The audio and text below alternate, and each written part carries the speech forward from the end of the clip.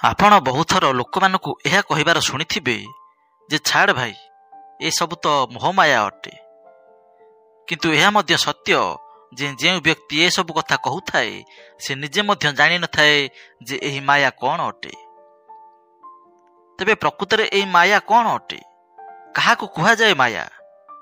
ଏସବୁ କଥା ବହୁତ କମ୍ ଲୋକ ଜାଣିଛନ୍ତି। ଆମର ବିଭିନ୍ନ ଧର୍ମଗ୍ରନ୍ଥ ମାନଙ୍କରେ ଏହି ମାୟା ବିଷୟରେ ବିଭିନ୍ନ କଥା ଉଲ୍ଲେଖ ମଧ୍ୟ ରହିଛି, କିନ୍ତୁ ଲୋକମାନେ ତାର ଭୁଲ ଅର୍ଥ ବାହାର କରିଥାନ୍ତି। ସେଥିପାଇଁ ଆଜି ଏହାକୁ ଜାଣିବା ଏବଂ ଏହାର ପ୍ରଚାର କରିବା ନିତାନ୍ତ ଆବଶ୍ୟକ ଅଟେ। ତେଣୁ ମାୟାର ପ୍ରକୃତ ଅର୍ଥକୁ ବୁଝିବା ପାଇଁ ଭିଡ଼ିଓକୁ ଶେଷ ଯାଏଁ ଦେଖିବାକୁ ଅନୁରୋଧ ରହିଲା।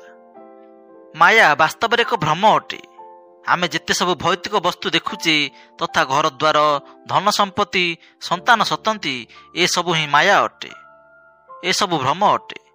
ଅର୍ଥାତ୍ ଏସବୁ ବସ୍ତୁକୁ ଉପଭୋଗ କରିବାର ଲୋଭ ବା ଆସକ୍ତି ଆମ ମଧ୍ୟରେ ଭରି ରହିଥାଏ। ତେବେ ଏହାର ଅର୍ଥ ନୁହେଁ ଯେ ଆମେ ଏସବୁ ସାଂସାରିକ ଜୀବନରେ ତ୍ୟାଗ କରିଦେବା।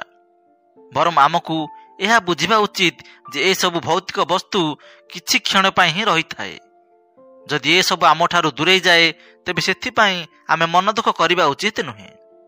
ତେବେ ଏହା ସେତେବେଳେ ସମ୍ଭବ ହେବ ଯେତେବେଳେ ଆମେ ମାୟା ମୋହର ବନ୍ଧନକୁ ବୁଝିପାରିବା। ଆପଣ ଟିକେ ନିଜକୁ ଦେଖନ୍ତୁ।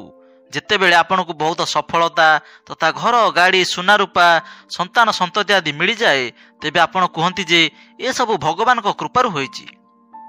କିନ୍ତୁ ଯେତେବେଳେ ଏହିସବୁ ଜିନିଷ ଆପଣଙ୍କ ପାଖରେ ରହେ ନାହିଁ ସେତେବେଳେ ଆପଣ କୁହନ୍ତି ଯେ ହେ ଭଗବାନ, ଏ ତମେ କ'ଣ କଲ? ମୋର କ'ଣ ଭୁଲ ଥିଲା? କାହିଁକି ମୋ ଠାରୁ ସବୁ ଜିନିଷ ଛଡ଼େଇ ନେଲ? କିନ୍ତୁ ଏସବୁ ବସ୍ତୁ ଭଗବାନ ହିଁ ଆପଣଙ୍କୁ ଦେଇଛନ୍ତି, ଆଉ ସେ ଆପଣଙ୍କ ଠାରୁ ନେଇପାରନ୍ତି ମଧ୍ୟ। ଆଉ ଏମିତି ମଧ୍ୟ ହୋଇପାରେ ଯେ ଏହା ବଦଳରେ ସେ ଆପଣଙ୍କୁ ଆଉ କିଛି ଅଧିକ ଦେଇପାରନ୍ତି, କିନ୍ତୁ ଆପଣ ଏହାକୁ କେବେ ହେଲେ ବୁଝିପାରିବେ ନାହିଁ। ଆପଣଙ୍କ ସହିତ ଘଟିଥିବା ଘଟଣା ଯୋଗୁଁ ଆପଣ ଦୁଃଖୀ ହୋଇଯିବେ। ତେବେ ଏହି ସମୟରେ ଆପଣ ଟିକେ ଭାବନ୍ତୁ, ଯେବେ ଆପଣ ଏହି ଦୁନିଆକୁ ଆସିଥିଲେ ଆପଣଙ୍କ ପାଖରେ କ'ଣ ଥିଲା? କିଛି ନଥିଲା ନା? ଆଉ ଏସବୁ ଆପଣଙ୍କ ସାଥିରେ ଯିବ ନାହିଁ ମଧ୍ୟ। ଯଦି କିଛି ଯିବ ତାହା ହେଉଛି ଆପଣ କରିଥିବା କର୍ମ, ଆଉ ଆପଣଙ୍କର ଅନ୍ୟ ପ୍ରତି କରିଥିବା ପ୍ରେମ ରୂପୀ ବ୍ୟବହାର ଆଉ ମହାନତା। ଏହି ମାୟାରେ ବୁଡ଼ିଯିବାର ଅର୍ଥ କ'ଣ ହୋଇପାରେ? ଯେତେବେଳେ କୌଣସି ବ୍ୟକ୍ତି ନିଜ ଇନ୍ଦ୍ରିୟ ଗୁଡ଼ିକୁ ନିୟନ୍ତ୍ରିତ କରିବାରେ ପୁରାପୁରି ଅସଫଳ ହୋଇଯାଏ ସେତେବେଳେ ଲୋକମାନେ କହିଥାନ୍ତି ଯେ ସେହି ମନୁଷ୍ୟ ଏକଦମ ମାୟାରେ ବୁଡ଼ି ଯାଇଛି। ଅର୍ଥାତ୍ ସେ ଜୀବନର ପ୍ରକୃତ ମୂଲ୍ୟକୁ ଭୁଲି ତୁଚ୍ଛତା ମଧ୍ୟରେ ହଜିଯାଇଛି। ସେହି ମନୁଷ୍ୟ ଏମିତି କାମରେ, ଏମିତି ସବୁ ଜିନିଷର ଉତ୍ପତ୍ତି କରିବାରେ ଫସିଯାଏ ଯାହାକି ବିଲକୁଲ ବି ସ୍ଥାୟୀ ନୁହେଁ। ଯେତେବେଳେ ଆପଣ ଜାଣିବେ ଯେ କୌଣସି ବସ୍ତୁ ସ୍ଥାୟୀ ନୁହେଁ ବୋଲି ସେତେବେଳେ ଆପଣ ସେଥିରେ ମନ ଲଗାଇବା ଉଚିତ ନୁହେଁ। ଆପଣଙ୍କୁ ସେଥିରେ ଧ୍ୟାନ କେନ୍ଦ୍ରିତ କରିବା ଉଚିତ ଯେ ସର୍ବଜ୍ଞ ଆଉ ସର୍ବଶକ୍ତିମାନ ଅଟନ୍ତି। ଆପଣ ଟିକେ ଭାବନ୍ତୁ, ଆପଣ ପିଲାଦିନରୁ ଆଜି ପର୍ଯ୍ୟନ୍ତ ସେହି ଗୋଟିଏ କାମ କରିଆସୁଛନ୍ତି ଯାହା ଅନ୍ୟମାନେ ମଧ୍ୟ କରୁଛନ୍ତି। ହୋଇପାରେ କିଏ ଅଧିକ ଆଉ କିଏ କମ୍ କରୁଥାଇପାରେ, କିନ୍ତୁ ଏହି କାମ ଆପଣଙ୍କ ପିତା ମଧ୍ୟ କରିଥିବେ, ଆଉ ଆପଣଙ୍କ ପିତାଙ୍କ ପିତା ମଧ୍ୟ କରିଥିବେ, ପୁଣି ତାଙ୍କ ପିତା ମଧ୍ୟ କରିଥିବେ। ତେବେ ଏହିପରି ଭାବେ ବର୍ଷ ବର୍ଷ ଧରି ଲୋକମାନେ ସେହି ଗୋଟିଏ କାର୍ଯ୍ୟ ଗୁଡ଼ିକୁ କରିଆସୁଛନ୍ତି। ତଥାପି ଆମେ ଏହା ବୁଝିପାରୁନାହେଁ ଆଉ ସେହି ପ୍ରକ୍ରିୟାକୁ ପୁନର୍ବାର ଦୋହରାଉଛେ ଯାହା ହଜାର ହଜାର ବର୍ଷ ଧରି ଚାଲି ଆସୁଛି। ବର୍ତ୍ତମାନ ଆପଣ କିଛି ମାୟାରୂପୀ ବସ୍ତୁ ପାଇଁ ପାଗଳ ହୋଇଯାଇଛନ୍ତି, ଆଉ ଏମିତି କରି କରି ଗୋଟିଏ ଦିନ ଆପଣ ମୃତ୍ୟୁକୁ ପ୍ରାପ୍ତ ହେବେ। ପୁଣି ଆପଣଙ୍କର ସନ୍ତାନ ସନ୍ତତି ମାନେ ମଧ୍ୟ ଏମିତି କରି କରି ସେମାନେ ମଧ୍ୟ ଦିନେ ମୃତ୍ୟୁପ୍ରାପ୍ତ କରିବେ, ଆଉ ଏସବୁ ପ୍ରକ୍ରିୟା ଯୁଗ ଯୁଗ ଧରି ଚାଲିଥିବ।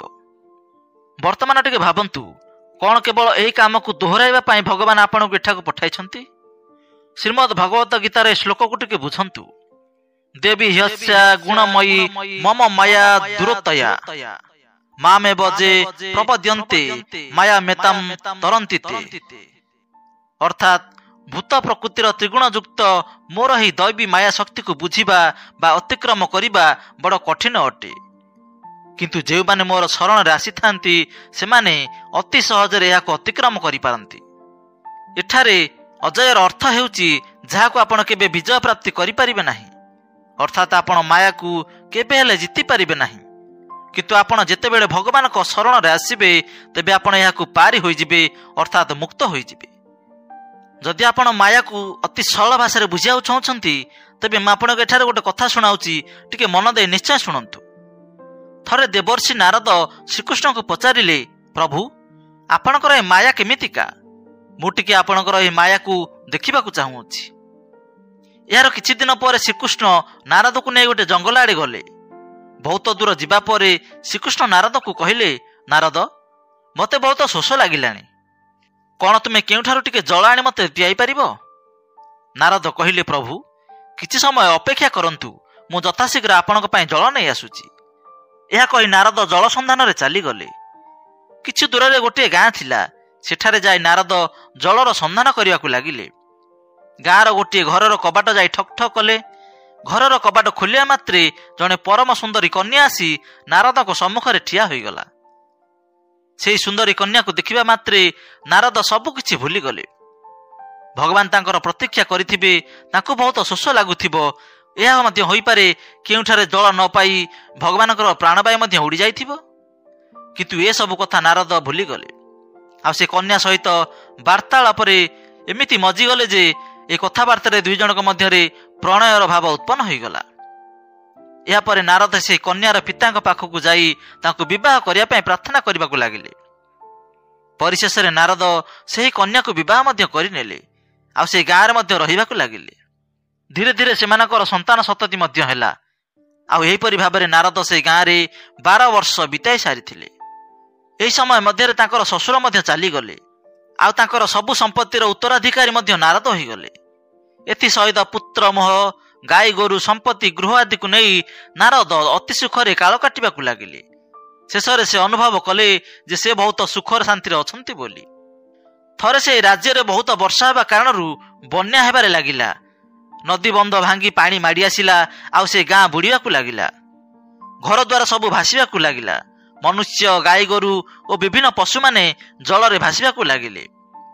ପ୍ରବଳ ନଦୀ ସ୍ରୋତ କାରଣରୁ ସବୁକିଛି ଧୋଇ ହୋଇଗଲା। ଜଳର ଏହି କରାଳ ରୂପର ପ୍ରକୋପକୁ ନାରଦକୁ ମଧ୍ୟ ଭୋଗିବାକୁ ପଡ଼ିଲା। ସେ ତାଙ୍କର ସନ୍ତାନ ସନ୍ତତିକୁ ଧରି ସେହି ନଦୀକୁ ପାର ହେବାକୁ ଚେଷ୍ଟା କଲେ। କିଛି ଦୂର ଯିବା ପରେ ବନ୍ୟା ଜଳର ସ୍ରୋତ ଆହୁରି କ୍ଷିପ୍ର ହେବାକୁ ଲାଗିଲା। କାନ୍ଧରେ ଧରିଥିବା ଦୁଇ ସନ୍ତାନ ସେହି ବନ୍ୟା ଜଳର କ୍ଷିପ୍ର ସ୍ରୋତରେ ହଠାତ୍ ବହିବାକୁ ଲାଗିଲେ। ନିରାଶ ହୋଇ ନାରଦ ବହୁତ ଜୋରରେ ଚିତ୍କାର କରିବାକୁ ଲାଗିଲେ। ସେମାନଙ୍କୁ ବଞ୍ଚାଇବାକୁ ଯାଇ ତାଙ୍କ ହାତରେ ଥିବା ଆଉ ଗୋଟିଏ ସନ୍ତାନ ମଧ୍ୟ ଖସି ପଡ଼ି ଜଳରେ ଭାସିଗଲା। ଶେଷରେ ସମସ୍ତ ବଳ ପ୍ରୟୋଗ କରି ତାଙ୍କ ପତ୍ନୀକୁ ମଧ୍ୟ ଜୋରରେ କୁଣ୍ଢାଇ ଧରିଥିଲେ। ଅନ୍ତରେ ବନ୍ୟା ଜଳର ସ୍ରୋତରେ ତାଙ୍କର ପତ୍ନୀ ମଧ୍ୟ ହାତରୁ ଖସିଗଲେ ଏବଂ ନାରଦ ମଧ୍ୟ ନିଜେ ସେ ବନ୍ୟା ଜଳରେ ପଡ଼ି ଛଟପଟ ହେଉଥିବା ବେଳେ ଏହି ସମୟରେ ତାଙ୍କ ପିଠିରେ ଗୋଟିଏ କୋମଳ ହାତ ବାଜିଲା ପରି ଲାଗିଲା। ଆଉ ପଛରୁ ଶୁଭିଲା, ବତ୍ସ, କାହିଁ ଜଳ କାହିଁ? ତୁମେ ତ ଜଳ ଆଣିବା ପାଇଁ ଯାଇଥିଲ ନା? ମୁଁ ତୁମର ପ୍ରତୀକ୍ଷାରେ ଅଛି। ତୁମେ ଯିବାର ପ୍ରାୟ ଅଧଘଣ୍ଟା ହୋଇଗଲାଣି। ନାରଦ ପଛପଟକୁ ଦେଖି ଆଶ୍ଚର୍ଯ୍ୟ ହେଲେ। ଅଧଘଣ୍ଟା? ଏହି ସମୟ ମଧ୍ୟ ତ ମୋ ପାଇଁ 12 ବର୍ଷ ବିତି ଯାଇଛି। ଆଉ ଏହି ଅଧଘଣ୍ଟା ମଧ୍ୟରେ ହିଁ ଏହି ସବୁ ଦୃଶ୍ୟ ନାରଦଙ୍କ ମନରୁ ଉଭାନ ହୋଇଗଲା। ଏହା ହିଁ ମାୟା ଅଟେ। ଠିକ୍ ସେହିପରି ଆମ୍ଭେମାନେ ମଧ୍ୟ କୌଣସି ନା କୌଣସି ରୂପରେ ଏହି ମାୟା ମଧ୍ୟରେ ଅବସ୍ଥାନ କରିଛେ। ମାୟା ସବୁବେଳେ ବଦଳିବାରେ ଲାଗିଥାଏ। ଯଦି ଆପଣ ଏଥିରେ ଫସିଗଲେ ତେବେ ସେ ଆପଣଙ୍କୁ ତାହା ହିସାବରେ ନିୟନ୍ତ୍ରିତ କରିବ। ଯେମିତି ଆଜି ଆପଣ ଅଧିକ ପଇସା ରୋଜଗାର କରିଛନ୍ତି ତ ସେଥିପାଇଁ ଖୁସି ଅନୁଭବ କରୁଛନ୍ତି। ଆଉ କାଲି କମ୍ ପଇସା ରୋଜଗାର କଲେ ବ୍ୟକ୍ତି ଦୁଃଖ ହୋଇଯାଏ। ଏହି କଥା ଆମକୁ ଏହା ଦର୍ଶାଇଥାଏ ଯେ ଆପଣ ମାୟାର ଜାଲରେ ଫସି ଯାଇଛନ୍ତି। କାହିଁକି ନା ବ୍ୟକ୍ତିକୁ କେବଳ ତାର କର୍ମ ଦ୍ୱାରା ହିଁ ଖୁସି ହେବା ଦରକାର। କୌଣସି ବିଷୟକୁ ନେଇ ଚିନ୍ତା କରିବା ସ୍ୱାଭାବିକ ଅଟେ, କିନ୍ତୁ ସବୁକିଛି ଥିବା ସତ୍ତ୍ୱେ ଆହୁରି ପାଇବା ପାଇଁ କାନ୍ଦଣା କାନ୍ଦିବା କେବଳ ଦୁର୍ଭାଗ୍ୟ ହିଁ ଅଟେ। ଆପଣଙ୍କ ଜୀବନର ଅସ୍ଥିରତାର ମୁଖ୍ୟ କାରଣ କ'ଣ ଅଟେ? ଆପଣଙ୍କୁ ଏହା ବୁଝିବା ନିତାନ୍ତ ଆବଶ୍ୟକ। କାହିଁକି ନା ଏମିତି କିଛି ତୁଚ୍ଛ କାରଣ ଥାଇପାରେ ଯାହା ଆପଣଙ୍କୁ ପ୍ରଭାବିତ କରୁଥିବ। ସେସବୁ ମାୟାରେ ଲିପ୍ତ ହେବାର ସଂକେତ ହୋଇଥାଏ। ସବୁବେଳେ ବଦଳୁଥିବା ବହୁତ କିଛି ଘଟଣା ଆଉ ଆଖପାଖରେ ଥିବା କିଛି ବସ୍ତୁ ହିଁ ମାୟା ଅଟେ। ସ୍ଥିରତା ସେତେବେଳେ ଆସିଥାଏ ଯେତେବେଳେ ଆପଣ ଆପଣଙ୍କ ଭିତରେ କିଛି ଏମିତି କାମ କରିଥାନ୍ତି ଯାହା ବଦଳୁ ନଥିବ, ଯାହା ପୁରା ସମୟ ଏକ ସମାନ ରହୁଥିବ।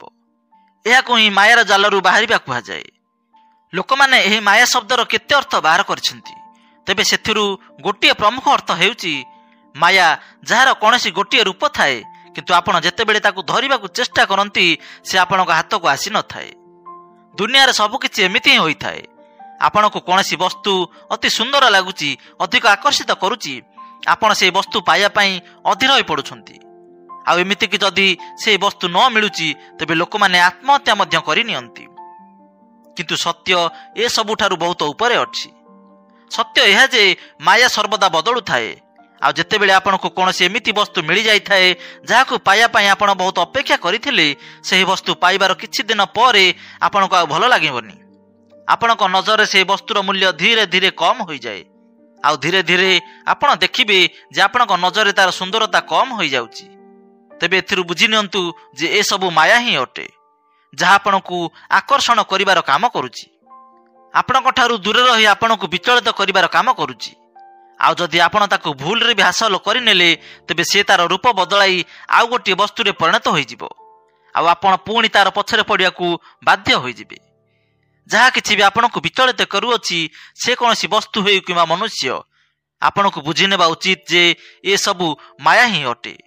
आउ एहार काम केवल आपनको आउ आपणकर मूल लक्ष्य को दूरे रखिबा। एहा व्यतीत माया आपनको आउ कोनोसी संतोष करि परिबो नाही।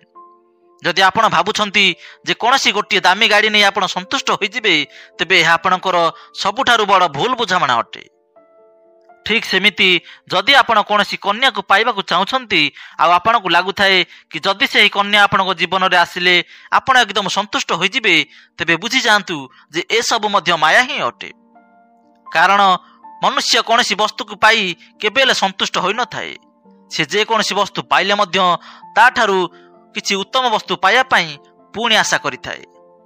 दुनियार जेते वस्तु जहा आपनको प्रति मुहूर्त रे पाइबा पाई हासिल करिया पाई आकर्षित करुथाए आपण जहाकु पाया पाई विकल होई उठंती से सबु केवल माया ही अटे।